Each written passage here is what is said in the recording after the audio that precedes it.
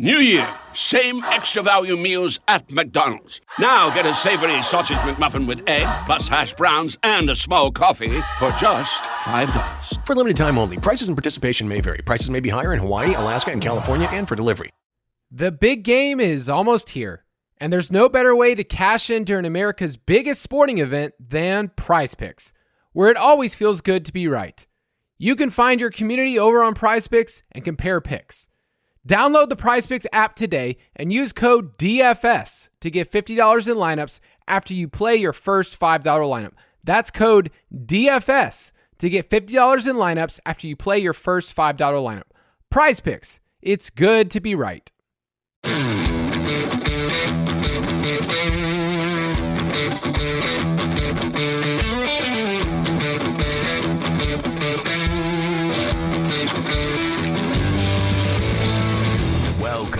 To the Fantasy Footballers DFS and Betting Podcast with your hosts, Kyle Borganoni and Matthew Betz.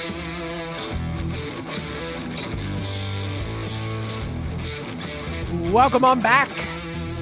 It's Friday, January 30th here. Fantasy Footballers DFS and Betting Podcast.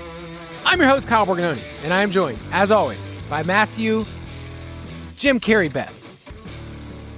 Dude, that was not good. Kyle and I were talking before we started recording about Jim Carrey movies, and there's one that I haven't seen that I need to watch, and one that he hasn't seen that he needs to watch. Mine's egregious. Yeah, well, come on, Kyle. Kyle's never seen Dumb and Dumber, which is, look, if that's not your type of humor, I get it. It is my type of humor, though. And the actual movie itself, I don't think is great, if I'm being honest. But the quotability is fantastic, and I feel like I quote that movie at least once a week, so you have to watch it. I've never seen The Truman Show. Oh, baby. And Kyle tells me I'm missing out, so we both have some homework to do this offseason, and it's a great time of the year for some offseason homework that's not football-related. But Kyle, come on, dude. We don't have time for that, okay? We have to chart opening kickoff hit rate. We have to track the opening national anthem length. We have to research the Gatorade color. There is real homework to be done before next Sunday, so I don't have time for these movies, Kyle. I need to grind the tape and look at some of these props. I'm a little sad, man. I was excited to come on the show and drop one of these fun, weird bets that I like to make on the Super Bowl. The books they're not hanging them out there yet, so hopefully we have some for next week. But we will next week. Yeah, they'll have them next week. They had player props up like Monday morning for like every player in the game. So books are on it this year, but they haven't had any of the fun crossover props that I like or any of the weird openers, stuff like that. But I'll have a couple on today's show. I know you have one as well. We already released a couple in the DFS Pass, so we are making our way towards the big game. Making our way downtown. You're right.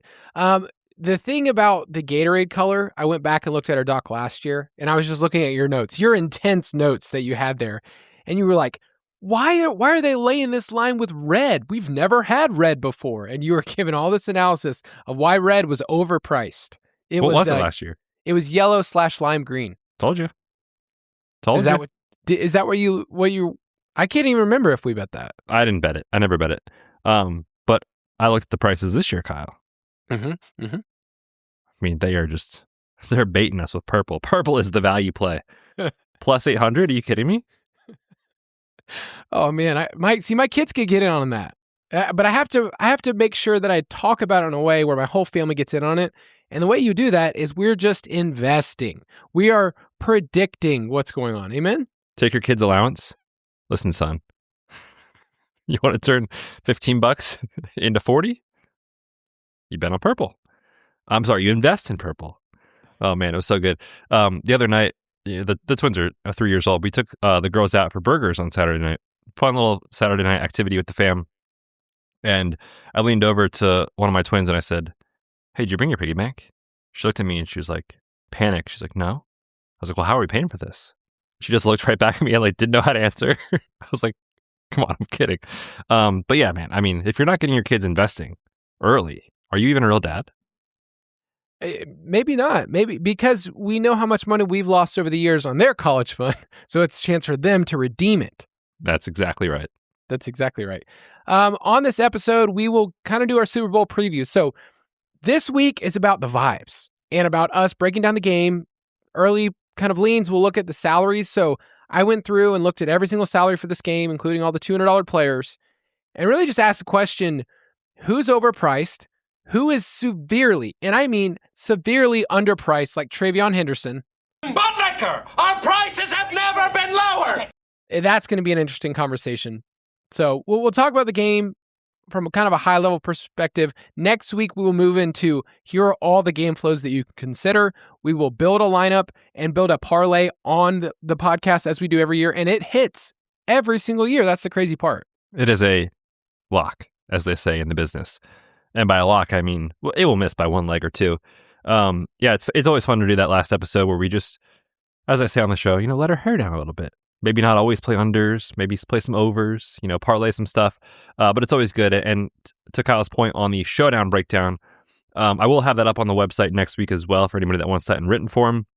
So you can get all of my takes and how I'm handling exposures for captain and flex and all that good stuff. But yeah, man, I'm excited to break it down. I think it's a really interesting and fun game. I will say from a high level perspective, it's hard to find anybody out there that doesn't love Seattle in this game. And just from like the top-down perspective, I'm thinking about that from a DFS standpoint. It's like, well, okay, how can we get leverage here? Our Pat's 4-2 build's going to be contrarian.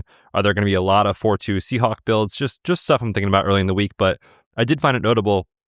A lot of the money is on Seattle already as the opener throughout the first week.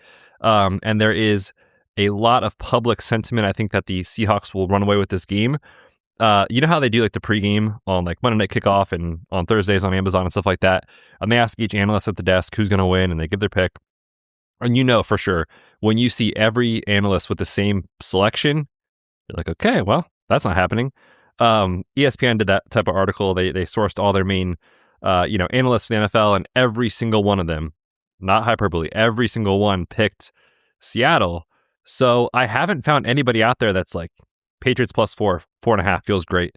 So it feels like it's a very one-sided opinion on how the game is going to go, and that might offer up some leverage opportunities from a DFS perspective. Yes, and just remember, like, the Seahawks can win this game, and yet for DFS purposes, the way that you can build can be different. So last year, Betz had his greatest showdown day ever. The Chiefs were completely throttled, but you played Xavier Worthy at captain with Mahomes, and it was a 4-2 Philly build. Philly rolled. Betz had a good time, and Xavier Worthy won him a ton of money. So there's different ways to attack this. Like, this is a game and a market within a game where we're dealing with salary restrictions. So however you think the game is going to go, that's one thing. You could be totally right on the Seahawks winning this game, and then DFS be so far off the map of what matters. So we'll break down some of that this week and next week. Should be really, really good. We do have a little giveaway. We have some winners here, and I don't really have another button, but this is kind of a celebratory button. Money, money, money, money, money. I mean, we're not giving away money here. No. Right? But these t-shirts are worth more than anything you could even imagine. Yes, and they're so comfortable. Last week, we put out the call to get over 2,000 reviews. You guys answered the call, got us over that mark on Apple Podcasts. And at first we were going to give away one t-shirt. And I was like, okay, let's do that. That's cool.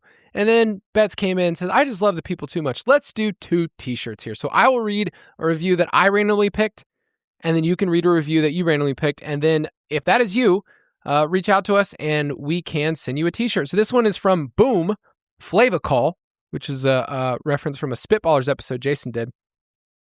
5 stars, great show, love the personalities. You guys and all the footballers are so much fun to listen to. You bring me in every week, not just because of the good advice and product, but because it's like listening to me and my friends talk ball, even if we knew what we were talking about. Thanks and keep up the good work. So Boom Flavacall, you get a t-shirt. Love it. We also have one from Brohit. Brohit. I think I'm saying that correctly. 5 stars. Borg Betz are absolute gold. I cannot recommend this podcast enough. The chemistry and banter between Kyle and Betz make every episode a fun listen, but it's the actual analysis that keeps me coming back. Their insight is next level, and they don't just guess. They back it up with real data and sharp injury analysis. Thanks to the edge they provide, I've literally made thousands of dollars following their advice. If you want to win and have a good time doing it, this is the show. Thank you to these 2 reviews, but seriously, from the bottom of our heart, to everyone out there that reviewed, there were so many. It was hard to pick these winners. Like we said, we just kind of randomly grabbed them. you guys are awesome, and the Foot Clan is just undefeated forever and always, and everything that we ever ask you guys to do, you do it. So genuinely appreciate it. Really, really helps the show out a lot. Yeah, and the way that if you want to offer more feedback, like our Discord channels are open.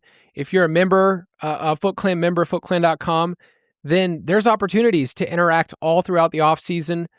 Just because the Super Bowl is coming up, just because it takes a little break, like we definitely don't take a break. It's a rare thing. I was telling someone the other day, they were asking about what I do, and I was like, we have this moment where it's the NFL playoffs and things kind of wind down from the number of games.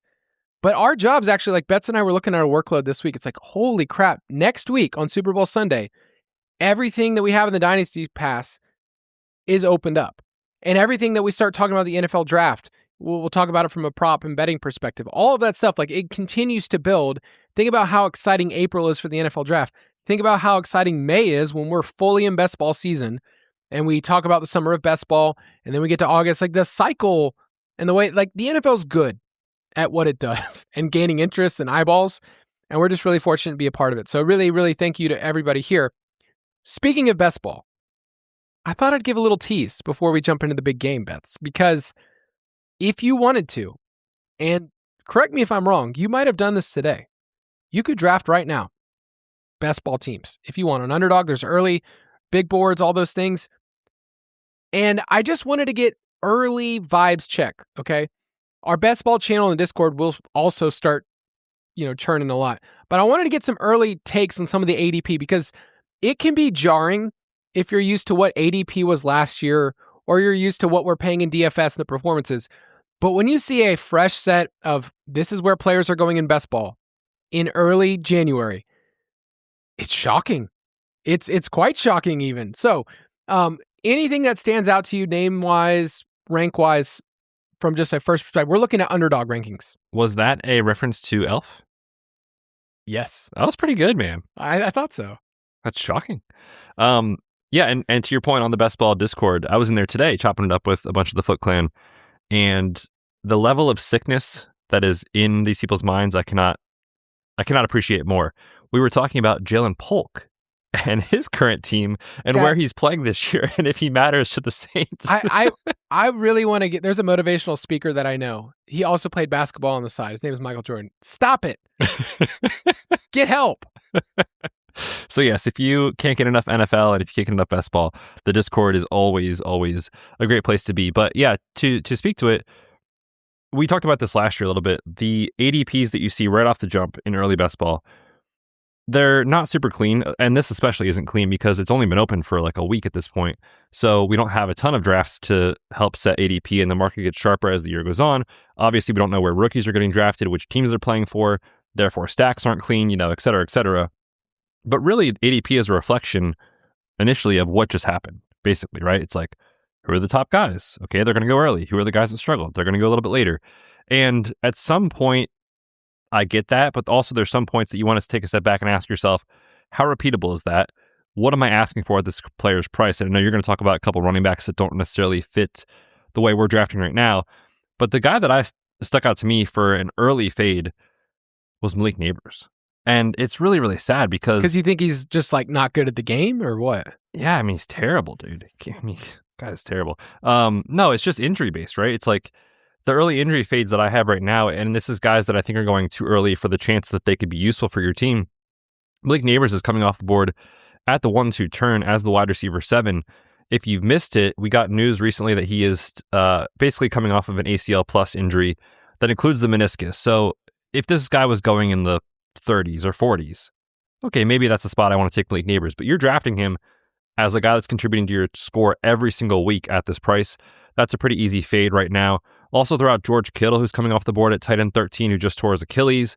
Zach Charbonnet is not going to have surgery until another week here, and that's going to add into a very long recovery into the regular season off the ACL. He's going 150 overall, which means he's 100% drafted right now. And then Tyreek Hill, his injury was so long ago, and it's not like he's being drafted early, but he's still a top 150 player, which is ludicrous to me considering his career might genuinely be over. So I messaged this to you. I was like, I don't know that I'm going to get super into these drafts this year. I did a lot of big board and little board last year, and I just kind of felt like I needed to take a little break I'm a little burnt out from kind of the season and everything.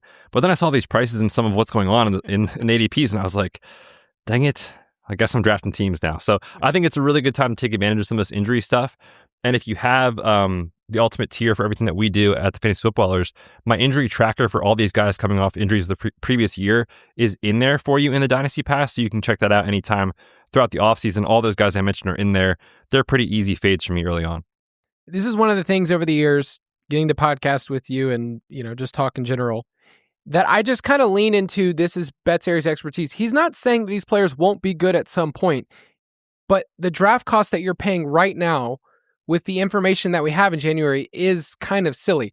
I bet there will be a point where these players do drop in ADP because we're going to get information that says, I don't know if he's ready by this point, and that will spook people and their ADPs will drop. Maybe there's a point, but with best ball, the hardest thing is you could be right. Bets on Malik Neighbors not contributing and not being helpful for the first 2 months of the season. And then it could be possible that weeks 10 on, he's just the hammer that you needed. But is he the hammer that you needed at the 1-2 turn? Probably not. There's other players there that carry way less risk. So my players that I cannot pay the price right now is Jonathan Taylor and Christian McCaffrey, who are both going 7th and 8th off the board. Okay. If you heard me last year, I was basically taking Christian McCaffrey as my 3rd overall player everywhere I could, and that really helped me in best ball. But what I don't like doing is paying for last season's production. I don't want to pay for what this player did in 2025 right now. So CMC coming off a massive workload, that's going to be a conversation we have. We saw it with Saquon. When you get a ton of carries, it usually tails off in efficiency. I have a lot of questions here, but with Jonathan Taylor, you're paying for what he did the first half of the season. With Christian McCaffrey, you're paying for what he did over the course of the season, which he just stayed on the field, and he was a workhorse, and I have a hard time repeating that. So at 7th and 8th overall, it feels like early on in the process, like I probably won't have a ton of these guys unless they drop, and I can't see them dropping really far, like outside of the first. Yeah, it's just hard to repeat greatness. That's really the take home, right? It's like the same conversation with Saquon last year. It's like, okay, the guy just ran for 2,000 yards, copy and paste, he's going to be great again. And obviously it feels like hindsight bias to say like, well, it didn't work out.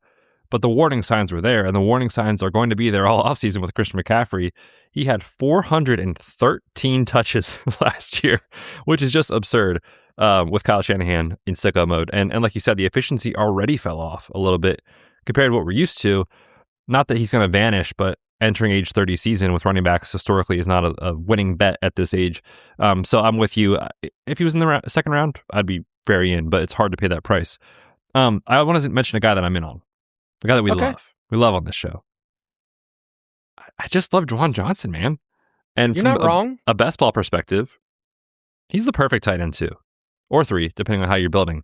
But he's currently coming off the board at tight end 19, coming off a season where he was basically the air quotes wide receiver 2 after Rashid Shaheed left. And right now, kind of looking at the team opportunity reports in the Dynasty Pass, there's really nobody in New Orleans behind Chris Olave. They had the Devon Bailey trade happen a couple years ago. Okay, that's fine, but like there's no real established 2. They will address that, I believe, in the draft or via free agency. But at the same time, this free agency class is super, super weak. I think Juwan Johnson's role is here to stay. We want pieces of the Kellen Moore offenses that he's, played up tempo, had a lot of play volume with. So give me a guy that can go for somewhere around 700 and 900 yards, hopefully have a few more touchdowns. And I think this tight end 19 price in hindsight could look a little silly. And when we think about best ball, like we like to arbitrage, like later picks with kind of, can you match the production? Like that little like tight end 12-ish to like 14-ish range always feels like no man's land. Like Dallas Goedert's going there right now, and he's coming off of an outlier 11 touchdown season, and he doesn't even have a contract right now. Like give me Juwan Johnson for, 8 spots later in tight end ADP at this spot. So I like him a lot if you're going late round tight end. Yeah, that's kind of been the common thread of Kellen Moore offenses is they funnel targets to the middle of the field. So you remember a long time ago, it was CeeDee Lamb breaking out as a slot wide receiver, Keenan Allen with the Chargers, Devontae Smith, that kind of transformed him into a slot wide receiver. It's like he's essentially was their slot wide receiver, Juwan Johnson. So I do like that call, and I like that price. Man, is there anything better than just like grabbing a tight end too late and just saying, I got this on lockdown? I mean, you tack Juwan on there and you just feel comfy. You can sleep well at night. Yeah, you just auto from there. Right. Exactly. All right, last little thing I want to mention in best ball. One of the things that we talk about throughout the offseason, we will highlight this in our best ball primer, which comes out in June. But one of the things that I think we just need to realize is this isn't just picking individual players, it's thinking about things from a team level perspective. That's a lot of the conversation. If this team rolls, there's multiple pieces here. And there are two teams that I feel like are in the exact opposite place of ADP that I am completely shocked by. So the Bears are a team that you have to pay up for. And coming off the season that they did, we'll highlight them during the offseason. It feels expensive. Colson Loveland's a top 40 pick. Luther Burden's 48th overall. You have DeAndre Swift. He is going all the way at pick 55! You have Caleb Williams at 59th overall. Roma Dunze's at 57th overall. So there are currently 5 Bears that you are taking in the top 60. Then DJ Moore goes a little after that. So you are paying up for this offense based on what they did this past year and what people think they will do the next year.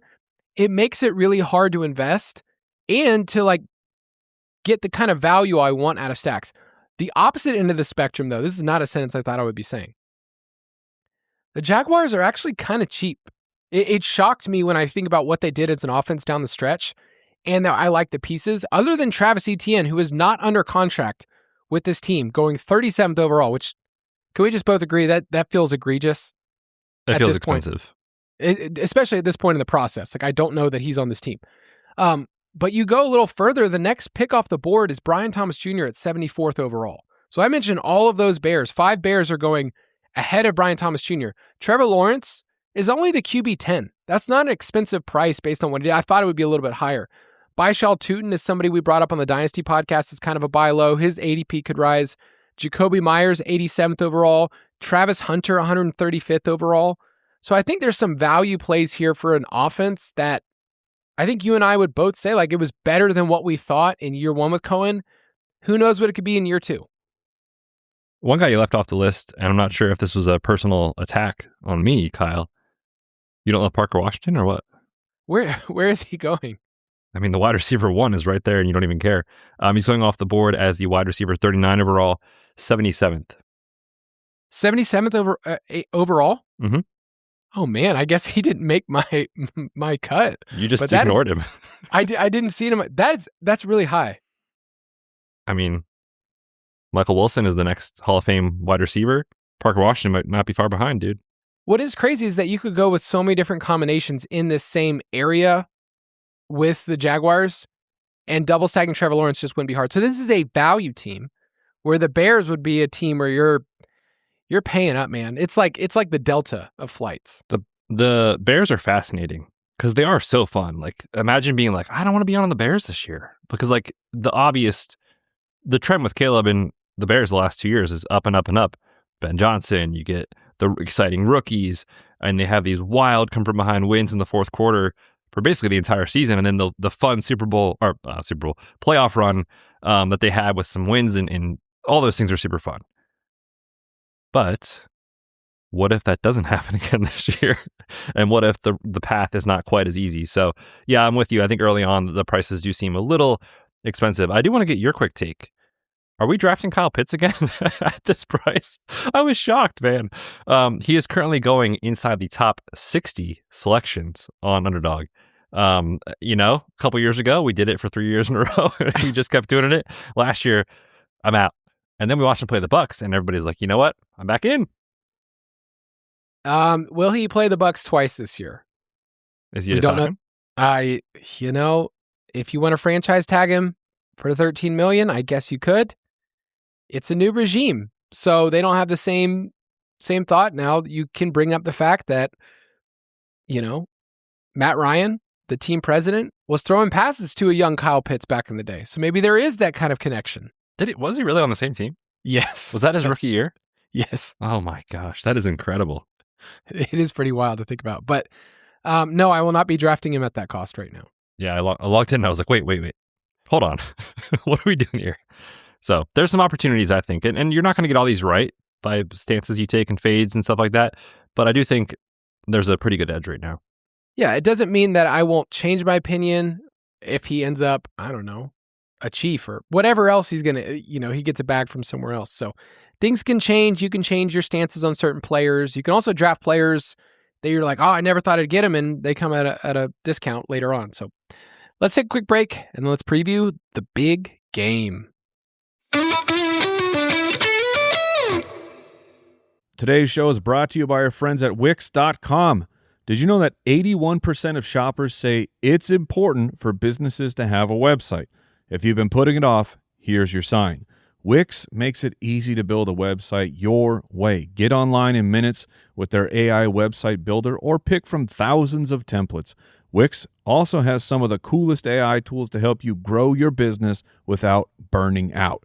Join millions of businesses who already use Wix. Sign up for free at Wix.com. Protein is now at Starbucks, and it's never tasted so good.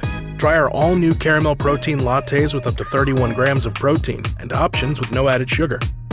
Level up, level up, level up, level up, level up. Level up your drink at Starbucks.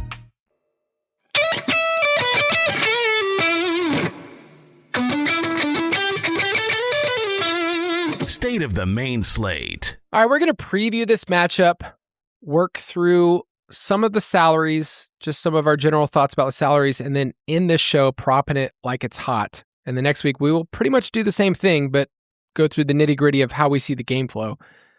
This matchup is very unlikely from what you would have done early on in the season. I know, are you starting to see on your timeline, Betz, all these people like, I was carrying a Patriots Super Bowl ticket, or I had the Seahawks before the season parlayed in this thing? I wish. I was not. I'm seeing a couple of those from people, which is nice. Just remember, whenever you see screenshots, they're not showing you all the other losses that they've had along the way. But right now, looking at the line, it's Seahawks minus 4.5. The total's been going back and forth between 45.5, 46.5. I'm seeing 45.5 as of this recording. Same. Okay. We've been talking a little bit about getting a general feel, but I think you hit on it earlier. So much money is coming in on the Seahawks, and a lot of this has to do with this defense has been playing incredible. Well, we gave the stat last week that there was a stretch where they hadn't given up an offensive touchdown or an explosive play in over a month. Last week, it was a barn burner. It was back and forth. It was nice.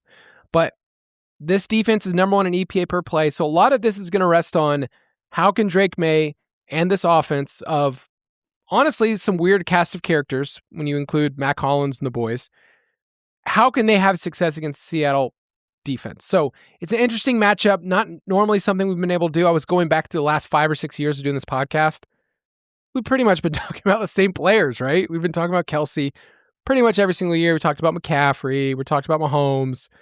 So it's kind of nice to get a fresh set of players. Yeah, it's a fun matchup, I think, because I think there's a couple different angles that you could talk yourself into both sides of the ball here, coming out with a victory. And like you said, just to kind of point out how big the splits are in the perception of the betting type situation here, the vast majority of the money is on Seattle, yet the spread has not really moved in like 3 or 4 days. So I'm sure there might be some late money on the Patriots or something like that. But like as it stands, initially it moved all the way out into the Seahawks' favor. Right now it's kind of holding. We'll see what happens over the next week. I will say, just kind of looking at underdogs in the Super Bowl, this is from Evan Abrams, on Twitter. Since 2004, underdogs are 15-7 against the spread in the Super Bowl, and they've covered in 5 straight. There's trends talking you into the Patriots side here. So when I was thinking about that, I was trying to think to myself, like, how does that happen?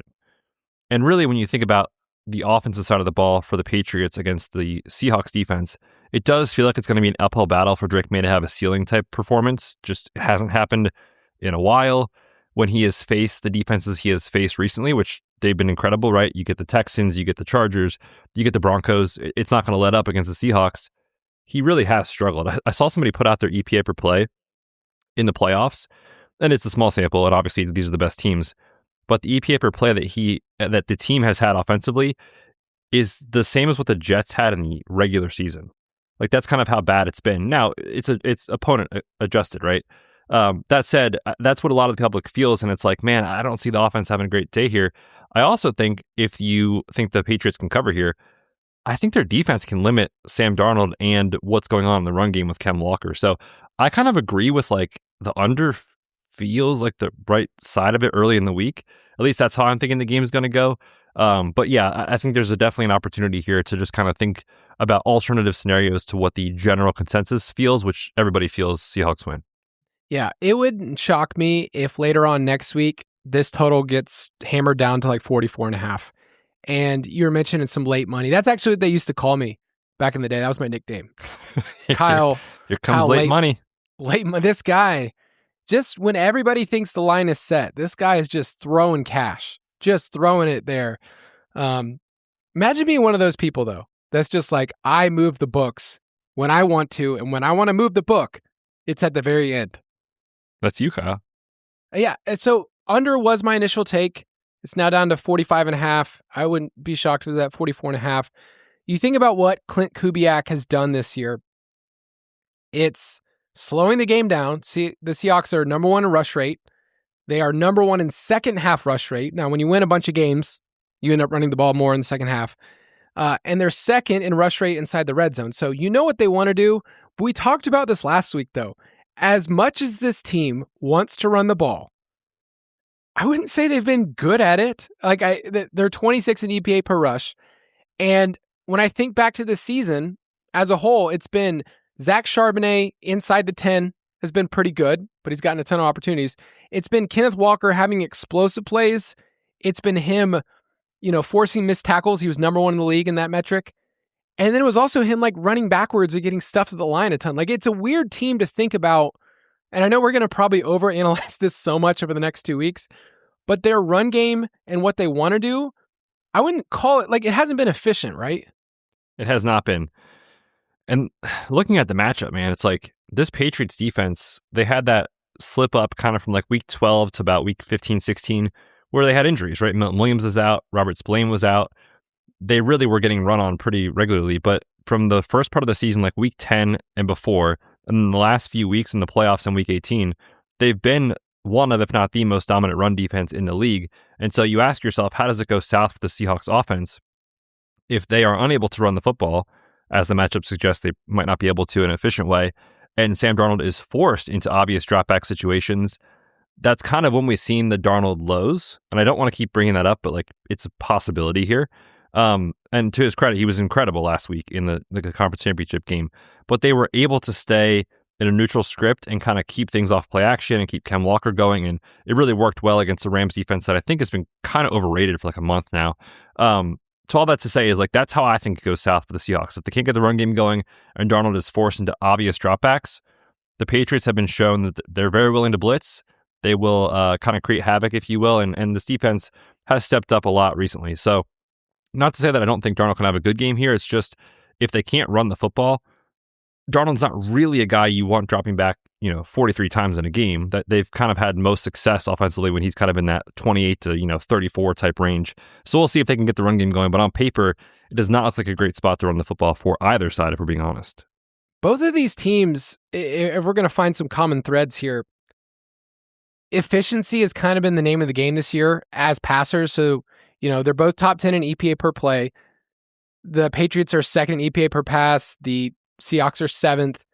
And it hasn't been crazy volume. Like even Drake May, you think about some of those games, it took him a long time just to get to 300 passing yards in a game because you have these crazy yards per attempt game. You have these games where he completes 80% of his passes, but he attempts, 20, 25 passes or whatever it is. So efficiency has been the name of the game for both of these passers. But here's the flip side, and I want to get your take on this. For being Super Bowl teams, which tons of credit, I don't care about any scheduling stuff. I feel like that just should be thrown out the window. I don't care. This team made it this far. It's really hard in the NFL to make it to the Super Bowl. They turn the ball over a ton. Like both teams do way more than you think they should. And you've kind of seen in the playoffs where Drake May has kind of been stifled. He's completed less than 60% of his passes. Yes, last week kind of doesn't really count when you think of a volume standpoint. You think about how the game's played out. But like Sam Darnold, when you consider the number of INTs and fumbles, like most turnovers in the NFL, and that was a problem last year, but the Seahawks are doing it again. Drake May, we mentioned this stat last week, but he led the league in QB responsible sacks. When I was watching that game this past week, watching the Broncos and Patriots game, there were so many times where he dropped back to pass, and I go, oh man, he's about to take a sack here. And sometimes he'd run for, 20 yards and you're like, this is amazing. But there are also so many plays that just killed a drive because he would take a sack. So both of these teams are more volatile from a possession standpoint than I think we realize with Super Bowl teams. And I think that's kind of how the under could come in here. If both quarterbacks happen to take more sacks, there's a fumble or two, an interception, stuff like that. And like you said, these teams have had a ton of issues with ball security and that sort of thing. So from a DFS perspective, which we'll get into down the road, I feel like this week on DraftKings coming up next week, this is like the massive showdown slate that they have the hugest payouts to, and there's a lot of casuals that come in. It's like, oh, the last slate of the year I'll play. It's not fun to click defenses in showdown, if we're being honest. But I think both defenses on this slate are actually pretty good plays for the range of outcomes that exist, the right tail outcomes where it's like, hey, Drake May did have a strip sack fumble, or Sam Darnold did melt down and he threw 2 picks, that kind of stuff. So I agree with you. That's kind of how I see the game being a lower scoring slog, is the possibility that both coaches try to play conservative. The Seahawks try to run the ball, but they're inefficient. Both quarterbacks take sacks or turn it over. So that's my initial gut take, is kind of that style of game, which I'll be honest, is not fun to watch. but it's different than what like the public will be rooting for, if that makes sense. And it makes for a very ugly showdown slate to kind of talk about correlation and talk like, it's like, maybe what you need is a defense and a kicker on one side, and then it's this wide receiver 3 that happens to catch the touchdown. Last week it was Jake Bobo, right?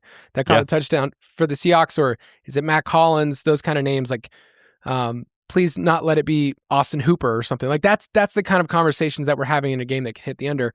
Last little thing I'll say, and then we'll talk about MVP trends and how you pick MVPs and maybe some values. When I was looking at these teams, this is what I wrote up on the website.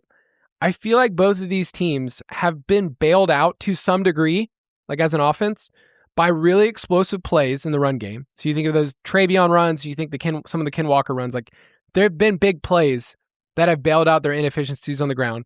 The Seahawks, if we went into the season saying, what are they going to do besides JSN?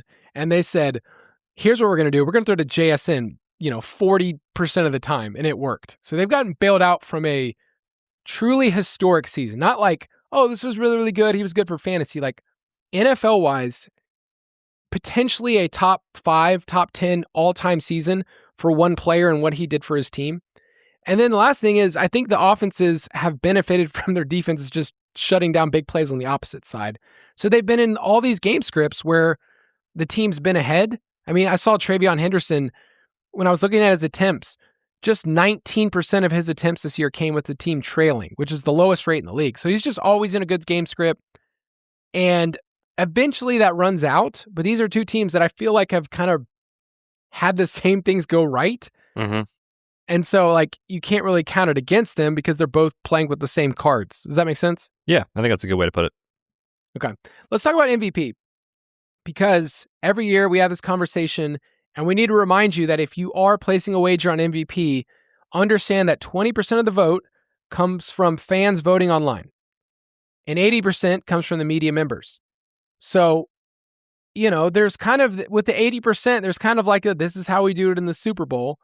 And this is why Patrick Mahomes can win it over Damian Williams or whoever. Like, that's kind of how it works in this business.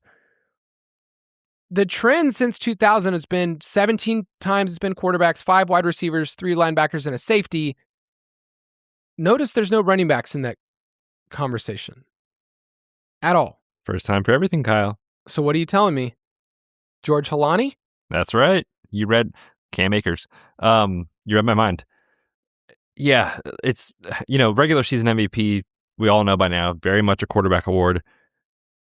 Pretty much true in the playoffs, too, or in the Super Bowl, rather. 17 quarterbacks since 2000 have won the award, only 5 wide receivers, and then there's been a couple defensive players. I do feel like this is a year where a defensive player could take it if the stuff that we talked about comes to fruition, right? Where it's a couple turnovers, maybe there's a pick 6, something like that. I have no takes on which player that would be, just throwing it out there that I'll be trying to research that over the next week or so for a fun long shot. But I do think this is the type of game where that could come to fruition.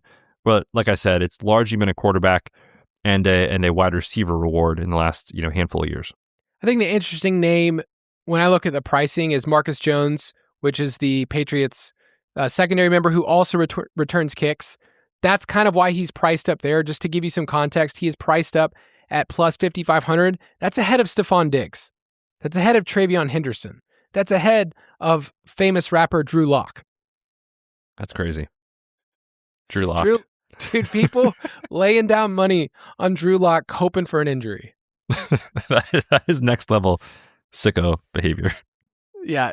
So any early takes on MVP, is it... So right now, it's Darnold or May, and right now May is the value play if you want to go there. Yeah, I don't know if you mentioned this, Kyle, but every MVP winner in the Super Bowl has come from the winning team. So if you think the spread is right and the Seahawks win this game, you shouldn't be betting Patriots. If you think that an upset is possible, the Patriots are fun. For me, when I look at this game and I think about how this goes, we already mentioned there's a pretty decent chance both teams struggle to run the football in this spot because both defenses are top 10 in EPA per rush. The Seahawks have been dominant. The Patriots have been dominant. I think we're going to see both quarterbacks forced into more dropbacks in this game. So I like, from a DFS angle, from a props angle, the passing attacks on both sides. And when I think about who could win the MVP from a what have we seen in the Super Bowl recently type of stat lines at wide receiver, Cooper Kupp, 8 for 92 and 2. Julian Edelman had 10 catches for 141 yards. Santonio Holmes, 9 for 131 and 1. Hines Ward, 5 for 123 and 1. Is there anybody on the Patriots that's even capable of maybe doing that? 99th percentile outcome right now for Stephon Diggs, maybe. There's one wide receiver that can really give you that type of outcome. It's JSN, right? So I think my favorite price-adjusted play is Jackson Smith-Njigba. You just hope he dominates. You hope they struggle to run the football, and they win because he catches a touchdown and he has 100 yards. So at plus 550 on DraftKings, I don't hate that. I think I saw 6-1 on FanDuel, if I recall correctly. But make sure you line shop for this stuff. Right now, my favorite is probably JSN, but I don't have any hot takes outside of that. I feel like the books are going to clean up on Marcus Jones and Rashid Shaheed, because if you are even more than a casual fan, if you know these teams, you're like, oh, those guys return kicks. All they need to do is just return one of those and they're in. A return touchdown does not guarantee at all. If anything, Shaheed needs a return touchdown and a receiving touchdown to even be in the conversation. Probably. Unless that return touchdown comes at a critical point in the game, it's tied 10-10 in the fourth quarter or something, maybe I could see it, but it's a long shot for a reason. Yeah. It is nice. There is one player on this list that has won Super Bowl MVP before. Mr. Cooper Kupp. Gosh, I'm happy for him. We're going to talk about him in just a second, but if you really just want to have a wild time, man, why not? 90-1? I will not be betting that. Oh, come on, man. I need to teach you how to live a little bit. All right, let's take a break. We'll be right back.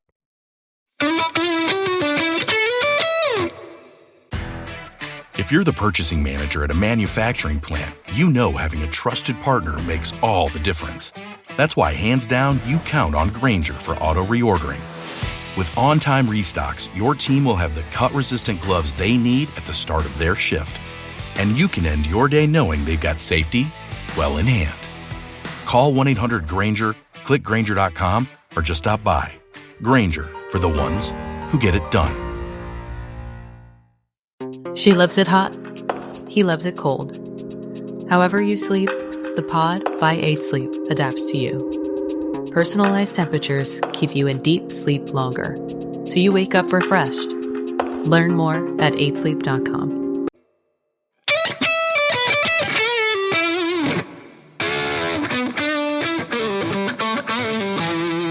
Salary standouts. All right, next week we will get into the specifics of how we are building our lineups, more about showdown strategy, the theory behind it.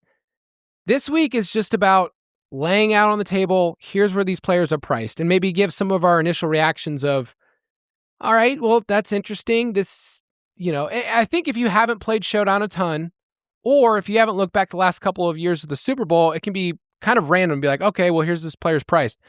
JSN, for instance, is the highest priced player. At Flex, he is 11.6, and then in Captain, he's at 17.4. Just to give you context, that's cheaper than what Saquon was last year.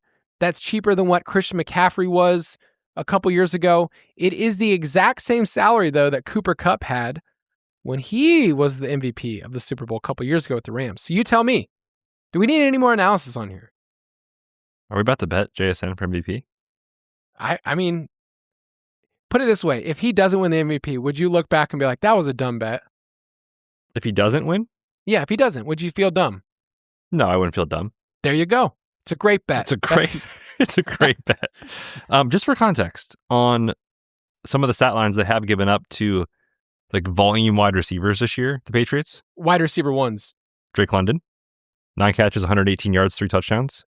Oh, what a dog. Before Gronk was on Fox, making a mess of Ibuka's name. 6 for 115 and 1. Tyreek Hill, 5 for 109.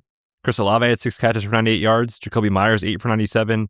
They've given up PPR volume type games to wide receivers because they are so good in run defense. And when Sam Darnold drops back, his first, second, and third read is JSN. So now that we talk through it, 6-1, huh? Yeah.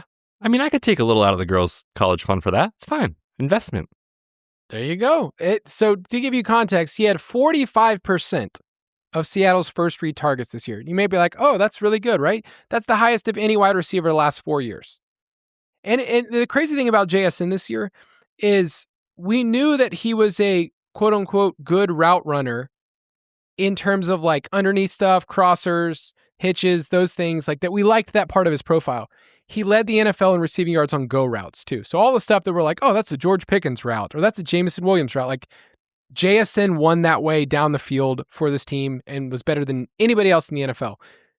His salary to me, when you compare to the rest of the slate, like he should be in a tier on his own and it warrants it. So I'm not like, it doesn't shock me at all that he's the most expensive player, especially on a full PPR site. Context wise, like he should probably be another $500 in my opinion. So I'm totally fine with that. I think my bigger question is what we do with the quarterback. So below JSN is Drake May at $11K and Sam Darnold at $10,800. So these two quarterbacks play fantasy very differently in the way that they aggregate points. And yet there's $200 differences between the two. Where are we at on May's injury? And I know we'll get some more information.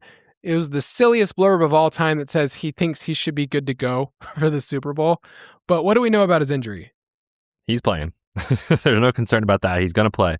But yeah, if you missed it, I think it was Hufanga, the safety for the Broncos. He was taken to the ground on a tackle Drake May was by Hufanga and kind of landed on like his elbow and like jammed his right shoulder. Then after that, you could see him like in the huddle, kind of like shrugging his shoulder, trying to work through it a little bit. And then the next play following was the flea flicker where they hit Mac Hollins on that 30-yarder or whatever it was. So I assume largely he'll be fine. Will he more sore probably as the week started? Probably. Are they going to limit him over the next several days? Yes, definitely. But all that to say is at least right now, just track it and monitor, see what's going on. But given that we have that extra week, 2 weeks to go before the Super Bowl, I think he'll probably be okay. But like I said, he's going to be on the injury report. He was already limited to start the week this week. So we'll see what happens next week. Just make sure you're looking at that news as the week goes on. And the way that we play Showdown, I feel like because the sentiment and the money is on the Seahawks, like Drake May in either the captain spot or just in general, I feel like is not going to gain as much roster percentage as he normally would based on how good the defense has been and how the game scripts might be, where it would be very easy if you wanted to build a JSN or Sam Darnold captain team. You're going to have those two on your roster. May might end up being the guy that doesn't make the cut if you think he has a bad game. And we talked about how it's been in the playoffs, and you talked about their EPA per play basically being the Jets. Poor Jets. But the teams he's played in the playoffs, like let's be honest, like the Chargers, the Texans, the Broncos, those are basically three of the best pass rushes in the NFL. So those are like really good units. And in some of them, he really kind of had to just be game manager in the snow, just like, hey, do this bootleg and win the game for us. Did you see the soundbite talking about him and Josh McDaniels? No, Did you hear about that. this? So, when he bootlegs to get that first down towards the end of the game, they went into the huddle, okay? And he told the play as if it was a run play to them. The only people that knew he was going to bootleg was Drake May and Josh McDaniels. And they said before they went out there, he said, do not tell anybody here what you're doing. I want them to fake as if they're running the ball, and I want it to be as real as humanly possible. So none of them knew he was going to bootleg. That's pretty sweet. It is pretty cool. If it didn't work out, I bet all of his teammates were pissed. Yeah, probably. But it works, so it's fine. No, it was cool. Yeah, to your credit, like to his credit, and to the point that we're making here, where like the offense has struggled. Of course, it has. They've played all 3 teams in the playoffs that are top 8 in DVOA this year defensively.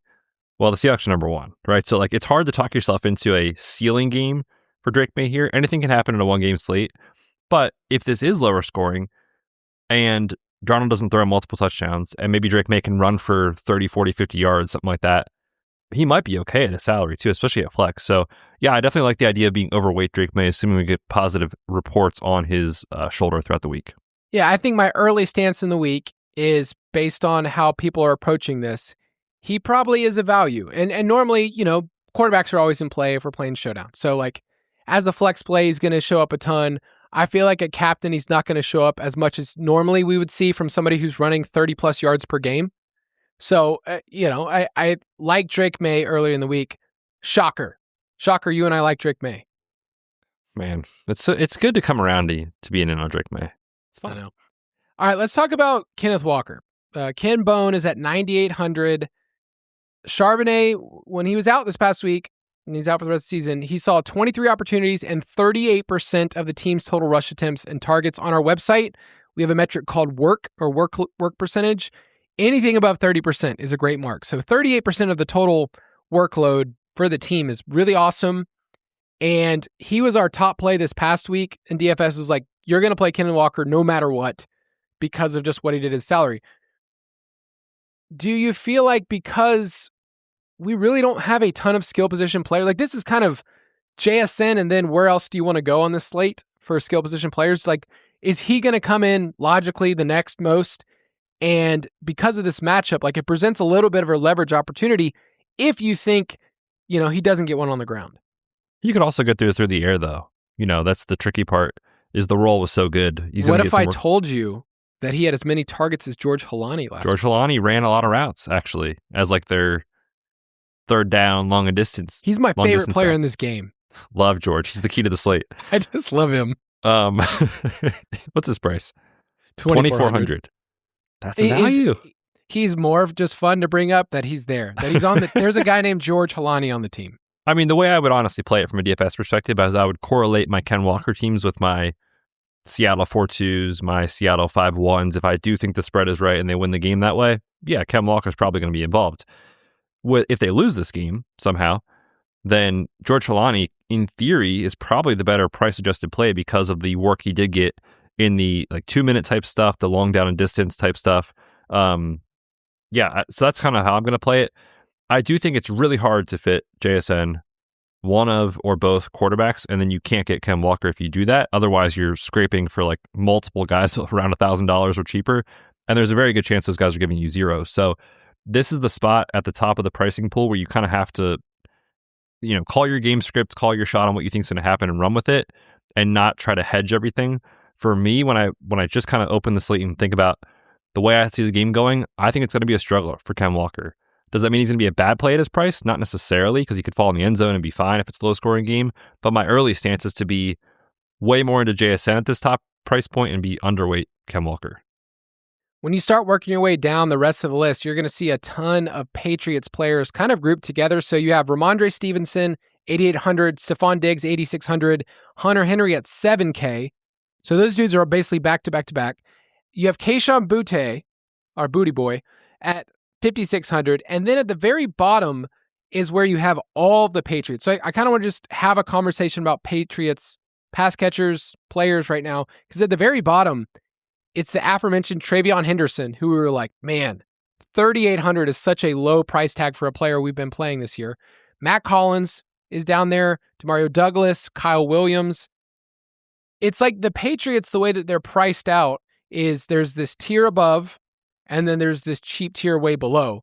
I wonder if people will pick from two different buckets, but what is your early take on just how these players are priced and their role for the team? Yeah, it is kind of a dichotomy, right? It's like you got the guys that are going to run the most routes in Diggs and Hunter Henry that are priced up. And they kind of just put these guys share targets crew together with like Matt Collins, Pop Douglas, Kyle Williams, even Austin Hooper down there at 2K. And it does kind of feel like a spot where you want to try to get that right, especially in the cheap range, because to fit the JSNs and the quarterbacks, like you're going to need some of these cheap guys. Figuring out who that is obviously easier said than done. But when I look at these prices, last week from a routes run standpoint, Matt Collins did not go back to the role he had previously before the injury when he was on IR for the short period of time. The guys that got hurt the most, however, by that were Pop Douglas and Kyle Williams. So, and then you can include Austin Hooper, right? Because you're probably getting like 2 targets, you hope one's a touchdown type of situation. I probably would max 1 that group of Pop, Dougie, Kyle Williams, Austin Hooper, because the target projection is so thin. But there's value to be had here somewhere if these guys can catch 2, 3, 4 passes. Again, not likely, but possible. Obviously, the favorite to do that is Mac Hollins. I expect the field to follow suit with that.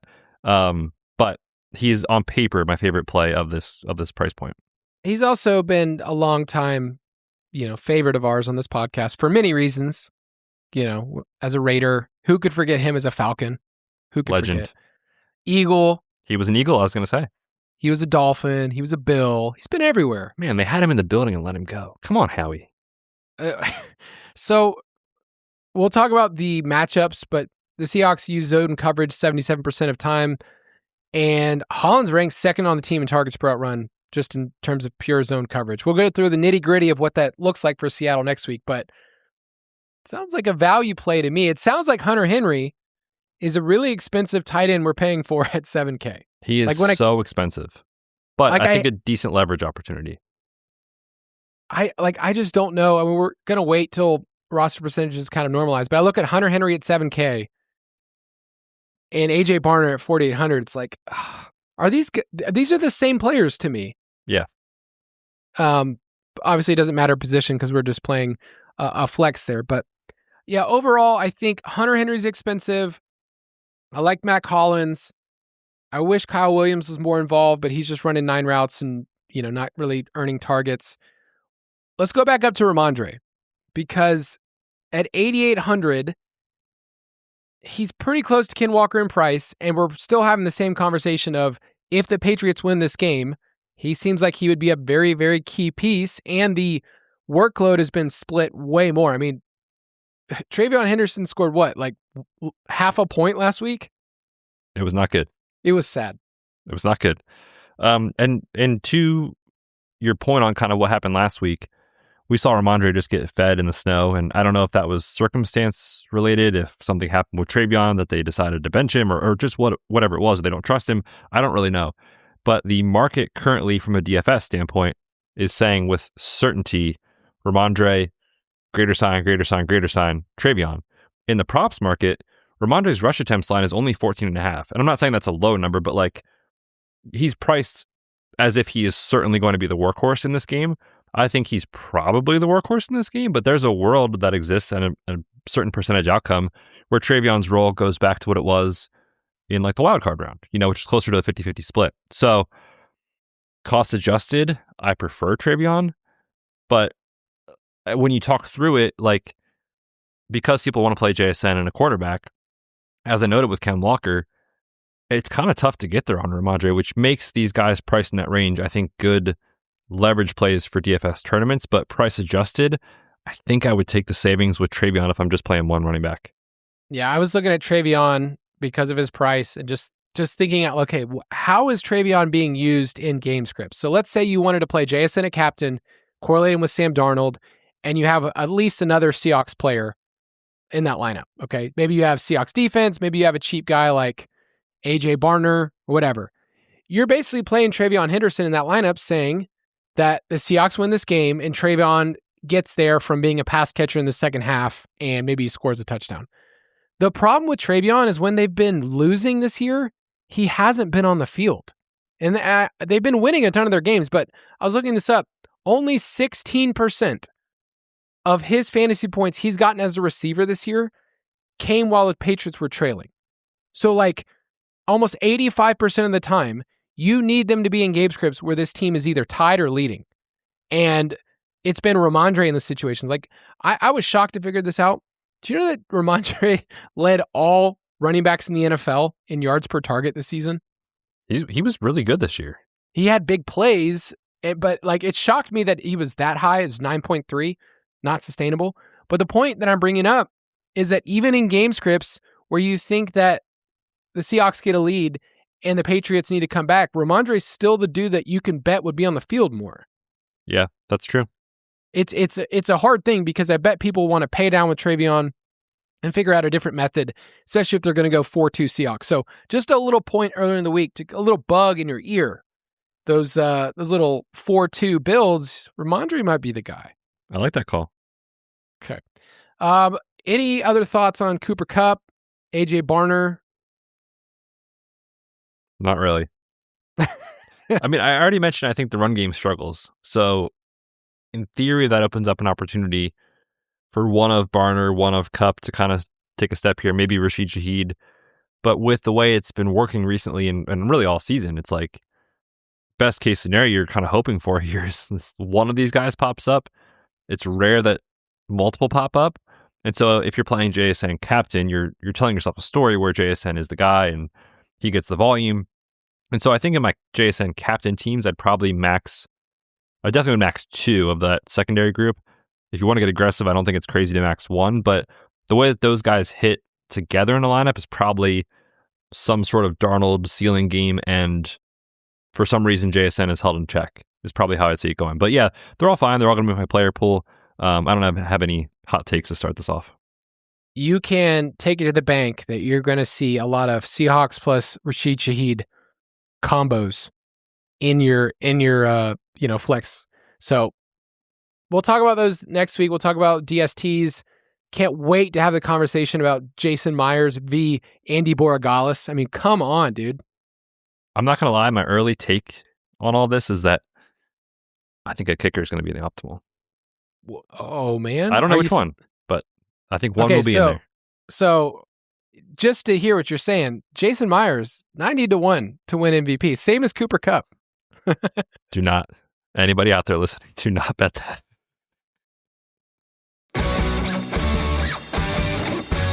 Prop it like it's hot.